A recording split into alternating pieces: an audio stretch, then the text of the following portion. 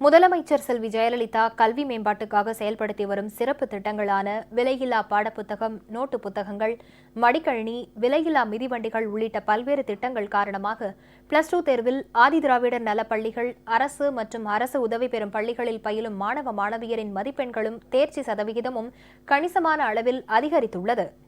முதலமைச்சர் செல்வி ஜெயலலிதா நாட்டிலேயே வேறு எங்கும் இல்லாத அளவாக தமிழகத்தில் கல்வித்துறை வளர்ச்சிக்கு அடுக்கடுக்கான திட்டங்களை செயல்படுத்தி வருகிறார். அவரது வழிகாட்டுதலின்படி தமிழக அரசு அதிக நிதி ஒதுக்கீடு செய்து வருகிறது.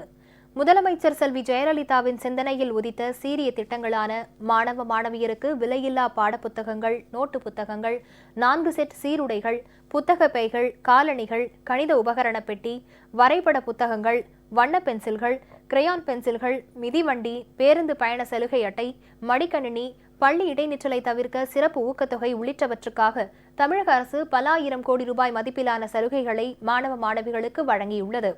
இதன் பயனாக +2 தேர்வு முடிவுகளில் கடந்த ஆண்டை போலவே இந்த ஆண்டும் தேர்ச்சி சதவிகிதம் அமைந்துள்ளது. +2 தேர்வில் கடந்த 2011ஆம் ஆண்டு 85.9% இருந்த தேர்ச்சி விகிதம் 2012ஆம் ஆண்டில் 86.7ஆகவும், 2013இல் 88.1ஆகவும், 2014 மற்றும் 2015ஆம் ஆண்டில் 90.6%ஆகவும் இருந்த தேர்ச்சி விகிதம் இந்த ஆண்டு 91.4%ஆக அதிகரித்து சாதனை படைத்துள்ளது.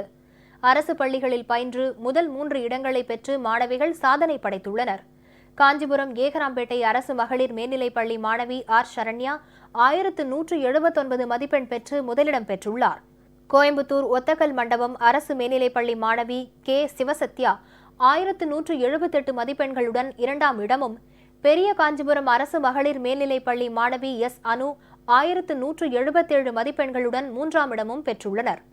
இந்த ஆண்டு +2 தேர்வில் பொன்னேரி அரசு ஆண்கள் மேல்நிலைப்பள்ளி மாணவன் வி. மூர்த்தி 1133 மதிப்பெண்கள் பெற்றும், இந்திய கலாச்சாரம் பாடத்தில் 197 மதிப்பெண்கள் பெற்றும் சாதனை படைத்துள்ளார். தமிழக அரசால் நடத்தப்படும் ஆதிதிராவிடர் நலப்பள்ளிகள் உள்ளிட்டவைகளில் கடந்த ஆண்டை விட இந்த ஆண்டு தேர்ச்சி சதவிகிதம் அதிகரித்துள்ளது.